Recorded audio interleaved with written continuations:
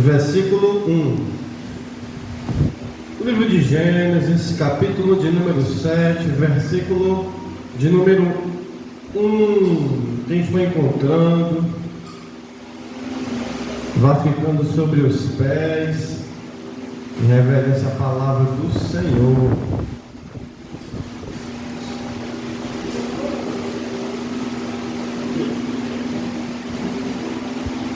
O irmão estava comentando que sofreu um acidente, machucou a perna, não foi assim? Que o anjo do Senhor livra aqueles que temem a Deus.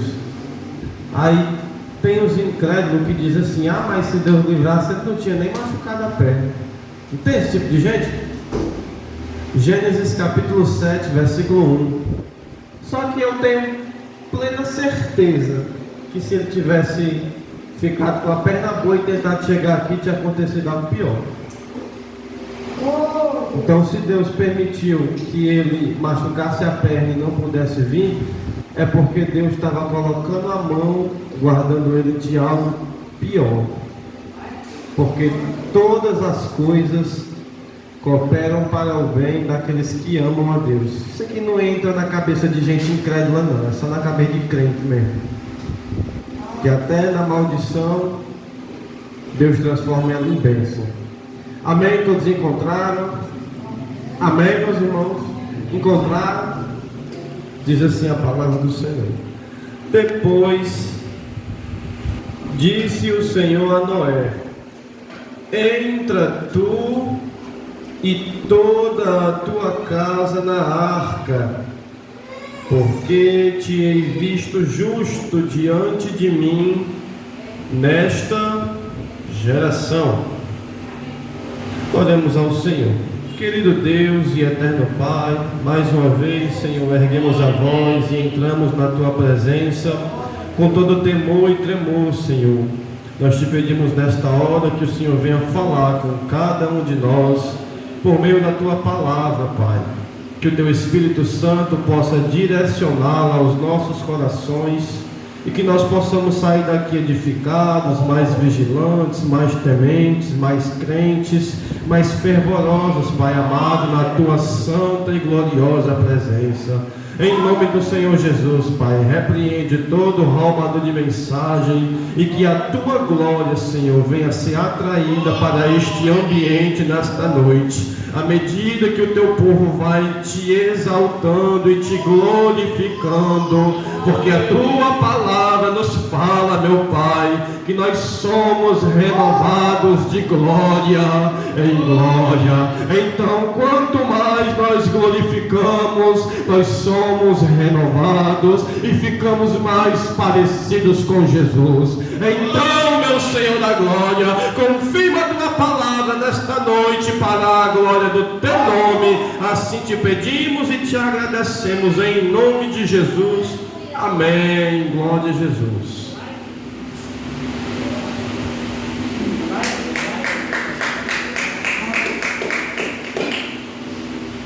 Irmão, nesta noite nós já tivemos louvores, já tivemos oração, já tivemos palavra. O que eu vou falar aqui nesta noite é apenas um complemento a mais para a edificação da igreja do Senhor. Quando nós olhamos para o livro de Gênesis, ele vai nos retratar a respeito da criação do homem. Além da criação, o livro de Gênesis também vai nos mostrar a queda do homem. Mas, além de também mostrar a queda do homem, ele faz uma promessa a respeito da restauração do homem. No jardim, quando Adão pecou, todos nós conhecemos a perfeição com a qual Deus criou o homem. Ela foi perdida porque o pecado entrou no mundo e, como consequência do pecado, a morte também entrou no mundo.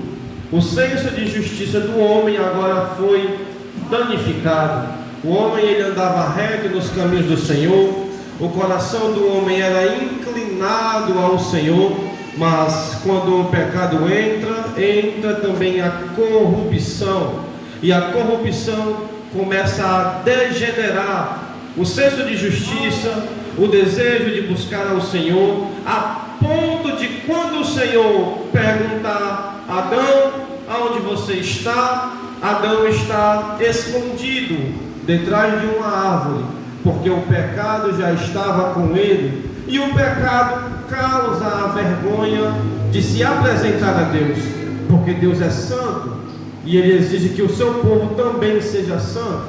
Mas quando o homem cai, Deus poderia naquele exato momento fulminar o homem na mesma hora, dizendo: eu dei uma ordem e eu disse a consequência que a desobediência dessa ordem iria ter. Se vocês me desobedecerem, certamente vocês morrerão.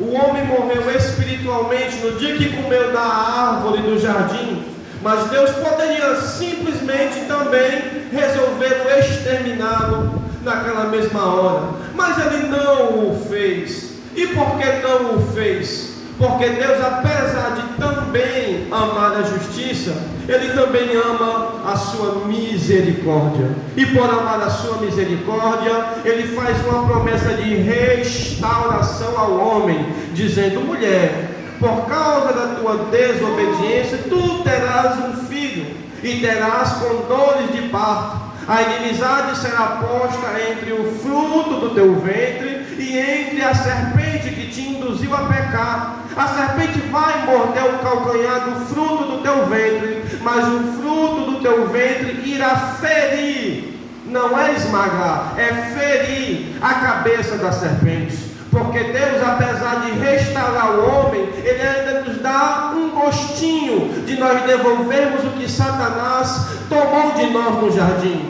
Porque se você analisar o livro de Romanos, no capítulo 16, no final dos tempos, Deus irá fazer com que a igreja esmague a cabeça da serpente. Jesus apenas feriu, e esmagar será com a igreja na consumação dos séculos. Porque Satanás nos induziu ao erro, e quando nos induz ao erro, perdemos a comunhão com Deus. Mas por meio de Jesus, Deus resgata a comunhão, e agora diz assim: devolve para Satanás aquilo que ele tomou de você, devolve para ele aquilo o que ele te causou, esmaga a cabeça dele, porque eu sou o Deus de vocês, e operando eu, quem impedirá? Jesus, ele veio para desfazer as obras do maligno, mas ele veio desfazer e já desfez, mas agora é condicional. Cremos e recebemos as bênçãos, não cremos e ficamos com a maldição. Ele colocou as cartas na mesa, quem escolhe agora somos nós. E quando nós olhamos no livro de Gênesis, no capítulo de número 6, nós vemos que Noé, ele tem até uma semelhança com o meio de salvação com o qual nós somos salvos hoje. Porque já adiantando um pouco, Noé foi salvo por meio de uma arca. Não só Noé, mas Noé e toda a sua família. Hoje nós podemos ser também salvos, mas não é mais por meio de uma arca, é por algo melhor, é por meio do sangue do Cordeiro.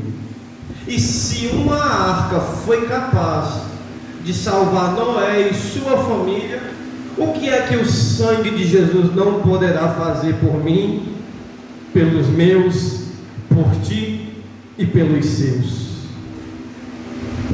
Raabe era uma mulher pecadora, uma mulher da vida, uma prostituta, mas teve fé em Deus, e ela e sua família foram salvos.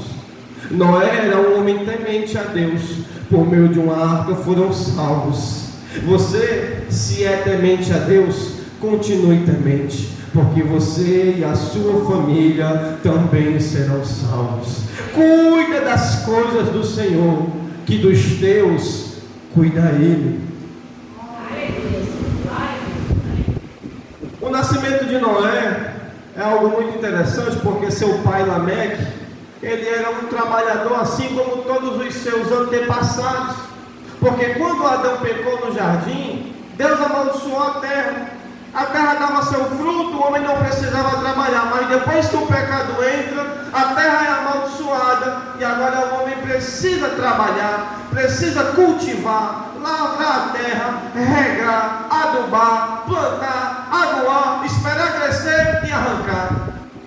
Era muito mais fácil no jardim do Éden, ele ia até a árvore e pegava a fruta que já estava pronta. Pela desobediência, agora ele vai ter que trabalhar com o suor para se alimentar.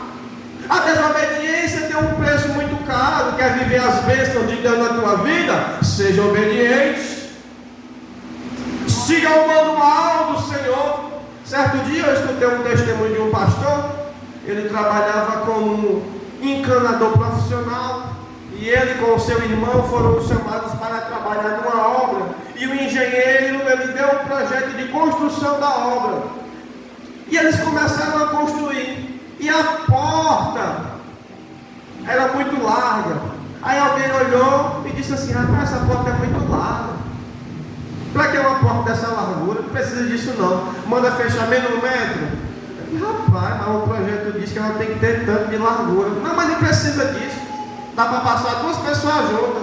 Diminui o tamanho da porta? Tá certo, diminuiu. Quando o encarregado chegou e viu aquela porta fora do tamanho do projeto, ele disse: quem mandou diminuir essa porta?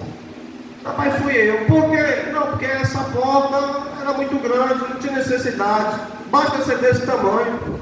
Rapaz, pois agora você vai ter que quebrar, vai sair do seu bolso, porque está chegando uma máquina aí de tantos metros de largura e ela não passa desse tamanho aí não. A desobediência, ela tem um preço caro. Siga o projeto. Siga o projeto que Deus te deu, que você não se embaraça não. Siga o projeto que Deus te deu, que você acerta um caminho até o céu. Tem gente querendo procurar o caminho até o céu com as próprias pernas, com os próprios esforços, com os próprios métodos. Mas nesse mundo só há escuridão. Ele anda tateando, procurando lugar aonde caminhar, aonde acertar. Ele tropeça, cai com a cara na lama e quebra a cara. Mas a palavra do Senhor, ela é lâmpada para os nossos pés, ela é luz para o nosso caminho. A gente não sabe o caminho por os nossos olhos carnais, mas a palavra de Deus, ela vai clareando. Ela diz: meu filho, venha pela esquerda, agora dobre para a direita, agora olhe para o céu, porque a palavra clareia o caminho até Deus. Tem gente se embaraçando e se perdendo porque quer fazer as coisas pelo eu acho, e pelo eu acho tem muita gente hoje no inferno.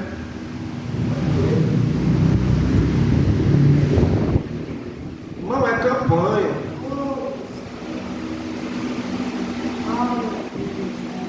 Mas não impede de Deus bater um pouquinho na gente. Porque um povo vacinado é um povo que, quando se depara com a enfermidade, ele já está protegido. Estou vacinado, já tomei a injeção da palavra. É crente que tem a casa estruturada sobre a rocha. Pode vir qualquer coisa na vida, pode vir aflição, pode fazer como aconteceu com o irmão que estava passando pelo aperto, pode vir desastres no meio da sua família, mas ele não se embaraça, porque ele está firmado numa rocha. Ele sabe em quem crê, ele sabe em quem espera, ele sabe que o Senhor do tempo oportuno lhe dará o socorro. Mas o crente que não se alimenta da palavra, com qualquer coisinha ele se balança igual palmeira. E palmeira oca por dentro, que quando o vento bate ela quebra e cai.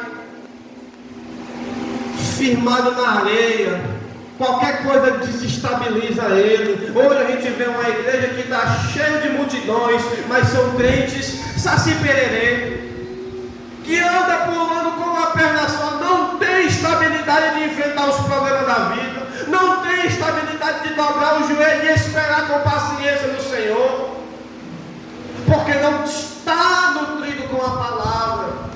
E hoje nós temos recursos demais para nos nutrir com a palavra. Nós temos culto de oração, culto de doutrina, culto de campanha, culto de domingo. Temos um YouTube para assistir uma mensagem. Temos a Bíblia, temos hino da harpa, temos hino no YouTube. Temos Bíblia de estudo, temos escola dominical, temos tudo. Mas o povo continua fraco na fé. Por quê? Porque não se alimenta da palavra. Irmão, mas o que é que tudo isso tem a ver com Noé? Tem tudo a ver. O pai de Noé teve Noé e disse assim: eu vou botar o nome desse menino de Noa, porque Noé no hebraico é Noa. Noa significa repouso, descanso. Como quem diz assim: eu já trabalhei demais, agora esse menino vai trabalhar para mim. Estou cansado, enfadado da vida, estou enfadigado. E nos tempos de Noé não existia muita gente não, mas as que existiam era gente ruim. Existiam duas linhagens de pessoas na terra: a linhagem de Caim, é daquelas pessoas que assassinavam o irmão, porque Deus aceitou o sacrifício dele e não o seu. Hoje na igreja não tem esse tipo de gente não, que quando Deus aceita o sacrifício de louvor, quando Deus usa na palavra, quando ora e Deus responde a oração, ele baixa o espírito de Caim e começa a ter inveja, porque Deus ouviu a oração do irmão e a dele não. Por quê? Porque o irmão ofereceu cordeiro, o cheiro é suave, mas ele oferece fruta podre e quer que Deus ouça o clamor dele. A linhagem de Caim estava se espalhando pela terra e estava crescendo e crescendo com força. Aí tinha outra linhagem, que era a linhagem de Sete, porque depois que Caim matou Abel, Adão e Eva teve outro filho chamado Sete. Sete era um homem justo, temente, teve um filho chamado Enos. Enos começou a adorar e invocar o nome do Senhor. Da linhagem desse veio Noé. Aprendeu com os seus antepassados a servir e a temer ao Senhor. Só que o texto nos fala que começou a se multiplicar a quantidade de pessoas na terra. Começaram a ter filhos. E a maioria das pessoas que nasciam eram mulheres. Não era qualquer mulher não. Mulheres formosas, bonitas, atraentes. Então, o que foi que aconteceu? Diz o texto sagrado que os filhos de Deus começaram a tomar por esposas as mulheres formosas da linhagem de Caim. Sabe o que é isso aí? É um cristão se relacionando com um ímpio lá fora. Começou a se multiplicar a impiedade no meio da terra. Começou a se propagar o pecado na humanidade. Era do agrado do Senhor que o homem crescesse e multiplicasse. Mas isso no jardim. Aqui o pecado estava se multiplicando. O homem estava tomando a face da terra e o pecado tomando de conta. Quando Deus dá uma olhada, diz: não dá mais não. Meu espírito não contenderá para sempre com o homem. Quando eu olho para o homem, eu sou dos seus pensamentos, eu sou do seu coração. Os pensamentos do seu coração são maus continuamente. Não pensam coisas agradáveis a mim, só pensa no que é mal, só pensa em trapacear, só pensa em se prostituir, só pensa em roubar, só pensa em matar. Aquilo fedeu nas narinas de Deus. Deus decretou um relógio ao homem. Os dias do homem serão apenas de 120 anos, não passa mais disso. Aqui nós temos duas interpretações. Primeiro, o homem só ia viver até 120 anos. Ou segundo, a partir dali, 120 anos depois viria um dilúvio. As duas interpretações são aceitas. Porque até então os homens viviam 500, 600, 700 anos, mas depois disso aqui, chegava aos 100 se acabando, 120 era só tudo. Por causa de quê? Do pecado. Mas o que foi que aconteceu? Deus olhou para a maldade do homem e o texto bíblico diz que Deus arrependeu-se de haver feito o homem. Eu estava conversando isso com o profeta mais cedo, porque tem muita gente que diz: olha, Deus não é homem para que minta, nem filho do homem para que se arrependa. Se ele prometeu, ele vai cumprir. Anda na desobediência para ver se ele tem obrigação de cumprir, porque Deus dá a bênção condicionada. Deus não é menino amarelo, não. Você não abençoa seu filho desobediente, você acha que Deus vai abençoar a nós em desobediência? As bênçãos dele são condicionadas. Se me temeres, se ouvires a minha voz, se me obedecerdes, provareis o melhor desta terra. Então Deus, ele olha e diz: me arrependo de haver feito o homem. Em outra tradução diz: eu me entristeço de haver feito o homem. Eu o criei perfeito, mas ele preferiu seguir os seus próprios caminhos e meios. Enquanto Deus passeava pela terra, olhando a imensidade dos homens, ele via que todos os homens eram maus. E Deus intenta no seu planejamento de derramar um dilúvio para destruir toda a humanidade. Porque não havia ninguém justo, não havia ninguém temente, não havia ninguém fiel. Mas enquanto Deus estava passeando e olhando a humanidade, ele se depara com um homem chamado Noé. A palavra de Deus dá testemunho de Noé.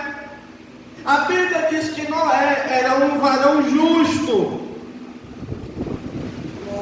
Você lembra que eu falei que hoje nós temos acesso a todo tipo de recurso bíblico, todo tipo de meio de edificação? Agora eu pergunto para você: Noé tinha acesso a isso? Você acha que Noé chegava na terça-feira e dizia: eu vou me arrumar para a campanha, 6h30 o pastor Roque vai dar na campanha, eu vou lá, vou receber minha bênção? Você acha que Noé tinha esse privilégio? Você acha que Noé na segunda-feira dizia: eu vou me arrumar para a noite ir para o círculo de oração? Vou me arrumar porque no domingo vai ter um culto evangelístico, eu quero trabalhar para o meu Senhor? Você acha que Noé tinha esse privilégio? Você acha que Noé poderia pegar uma Bíblia sagrada e manusear e se edificar na palavra de Deus? Você acha que Noé tinha em casa um inário, um CD da Shirley Carvalhais para ouvir na sua casa? Você acha que ele tinha? Quem acha que ele tinha, levante a mão. Quem acha que ele não tinha, dê um glória a Deus. Noé não tinha recurso algum.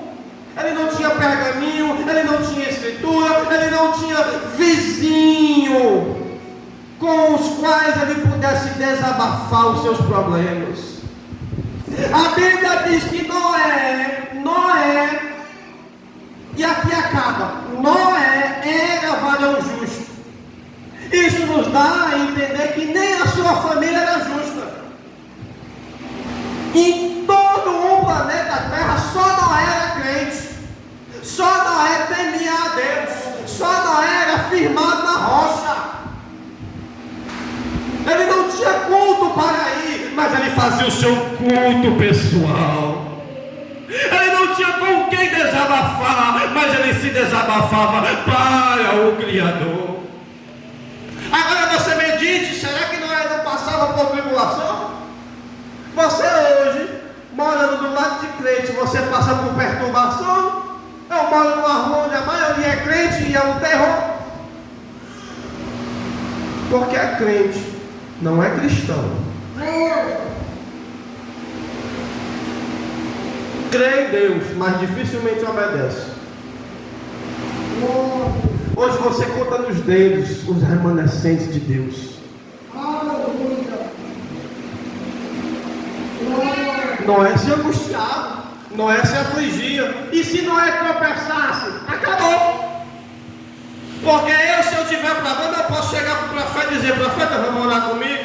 Pastor Roque, impunha as mãos na minha cabeça e faça uma oração por mim. E Noé, ele podia recorrer a quem de pessoa com a qual ele pudesse ter um contato físico?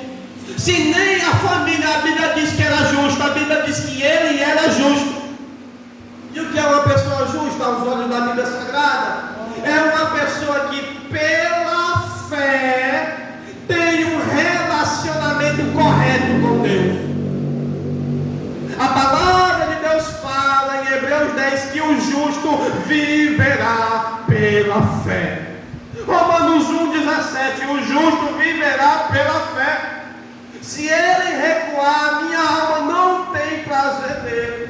Pela fé, Noé tinha esperança de dias melhores. Pela fé, Noé cria que o seu Redentor lhe contemplava. Pela fé, Noé tinha esperança de que Deus um dia mudaria a sua história. E isso sozinho. Hoje a gente chora de barriga cheia, porque temos uns aos outros. Olha aqui a quantidade de gente que está aqui. Faltou muita gente, mas tem uma quantidade de gente boa. O profeta orou e eu me edifiquei. A irmã louvou, eu me alegrei. E Noé só tinha a fé em Deus. Mas se ele tinha Deus, ele não precisava de mais nada. Você pode perder tudo na sua vida, você só não pode perder a fé. Porque a nossa salvação, ela é por meio da fé. Então Deus contempla Noé, varão justo, varão reto. Reto você sabe o que é, não precisa nem dizer. É alguém que anda na linha. Deus diz A, ele diz A. Deus diz B, ele diz B. Deus diz para a esquerda, ele vai. Deus manda ele plantar a bananeira, ele planta. Hoje você vê uma dificuldade em se obedecer a Deus. Deus fala e a pessoa diz: será que é Deus? Será que é assim mesmo?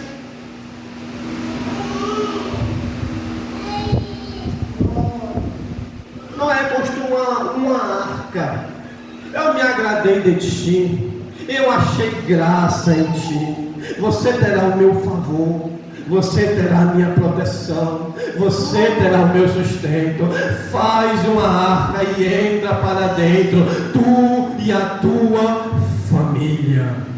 Pela justiça de Noé, Deus também preservou a sua família.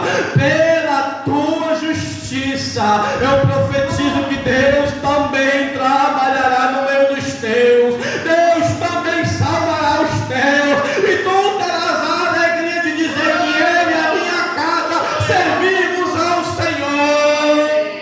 Aleluia.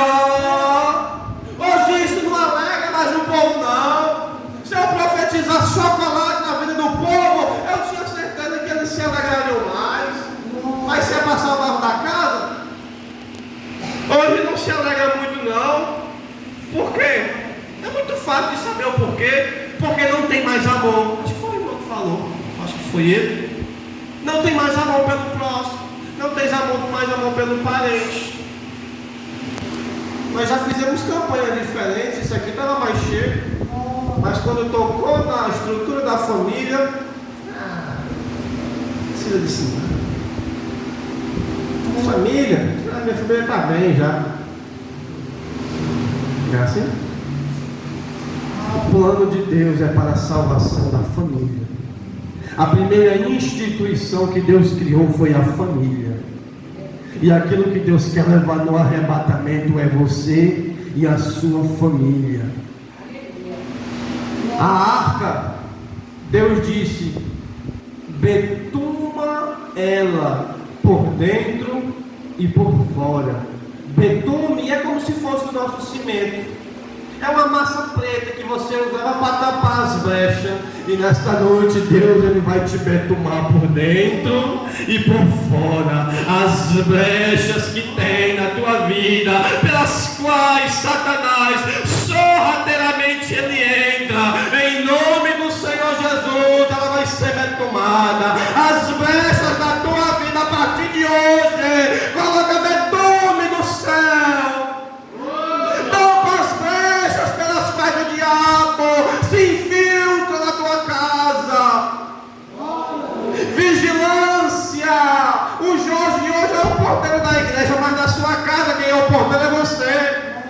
Cuidado com o que você deixa entrar lá dentro.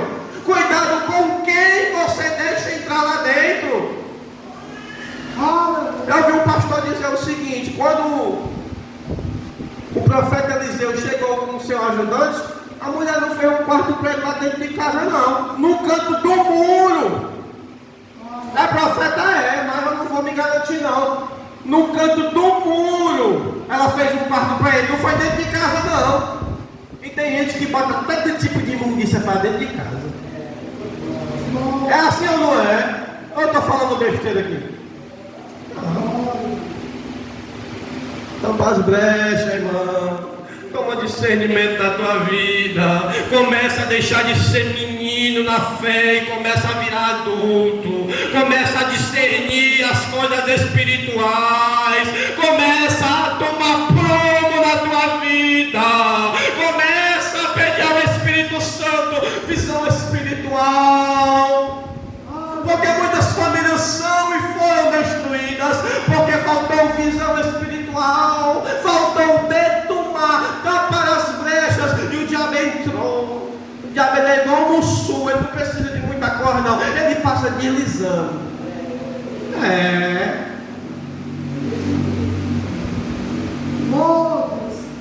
Noé pregou. Eu vou encerrar, o pastor está coçando a cabeça.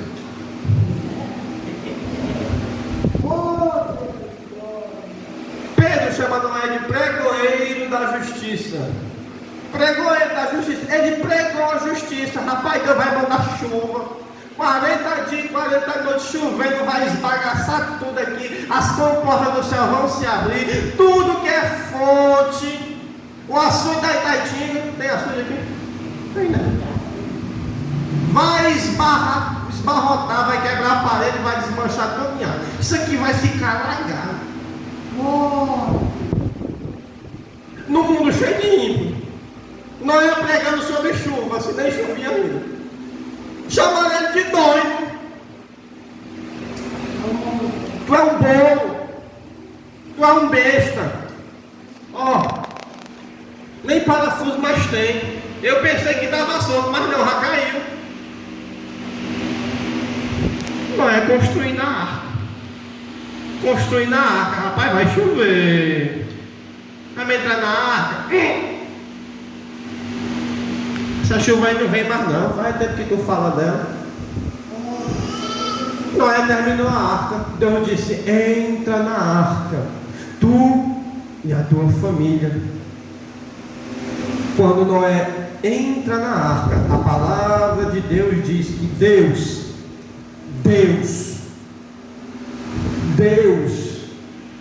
fechou a porta. E fechou por fora. Porque se Deus fecha por dentro, eu tenho certeza que Noé tinha aberto a porta. Ninguém viu, diz Jesus em Mateus 24. Ninguém percebeu que o dilúvio chegou até que Noé e a família entraram na arca. Hoje você prega que Jesus vai voltar e ninguém dá as bolas, ninguém dá as tréguas, ninguém está nem aí. 2023, não volta mais não. Tem teólogo que não é nem para receber esse nome que diz: ele já voltou. Quando você aceita Jesus, ele já voltou para o seu coração. Vai nessa. Mas vai chegar um dia que o soar da trombeta se ouvirá nos 4 cantos do mundo. E os crentes vigilantes, os crentes preparados, assim como Noé estava, ouvirão o soar da trombeta, entrarão nas mansões celestiais. E assim como na parábola das virgens em Mateus 25, o noivo trancará a porta. Não se engane, o dia que mais irão buscar Jesus é quando a igreja for arrebatada. O dia que foram procurar Noé foi quando o dilúvio noivo chegou, mas o que é que a porta já estava? Fechada. Vão vir até essa igreja, mas não vai encontrar mais ninguém. Só as cadeiras vazias, porque o noivo já veio buscar a esposa. Jesus, Ele está às portas. Você prega e não se crê mais nisso. Aí Deus agora está levantando a natureza para pregar. Você vê desastres e desastres naturais ocorrendo. Você vê a natureza clamando. O noivo está às portas. Jesus está voltando. Você vê na Líbia, o tornado passa no mar. E enquanto as pessoas dormiam, aquele tornado gerou um tsunami. E todo mundo foi varrido. Dava tempo de pedir perdão? Ligar para o irmão e dizer: me perdoe? Fazer uma oração fervorosa para te renovar? Dava tempo? Não dava não. Foram mortos enquanto dormiam. Uma tragédia. Aqui está tendo um terremoto no Chorozinho. Hoje pela madrugada, um trovão que tremeu as paredes. Eu me acordei com uma passagem da Bíblia mostrando que Deus estava irado com a humanidade. E eu digo só, não com a humanidade ímpia, mas também está irado com o sono da igreja. A igreja está dormindo. As mangas, está passando o pulso. E Deus está mandando arregaçar as mangas. Cumprir o índice do Evangelho. Porque enquanto nós estamos dormindo, se você abrir aí quantas pessoas morreram hoje, vai ter um relógio contando quantas pessoas nasceram e morreram. Hoje já passou de 80 mil. Dessas pessoas, quantos eram convertidos? Quantos ouviram a palavra? Deus vai cobrar o sangue. Porque nós estamos fazendo desleixadamente o nosso papel. Se nós não estamos com as lamparinas da nossa vida acesa, como nós queremos acender as lamparinas dos mortos lá fora? E hoje Deus, Ele quer acender as lamparinas dos que não mais têm desejo de servi-lo. Eu não vou mais esticar muito não, porque já bateu muito o horário. E o pastor vai orar pelas vidas. Então vamos ficar em pé, vamos fazer uma oração para encerrar.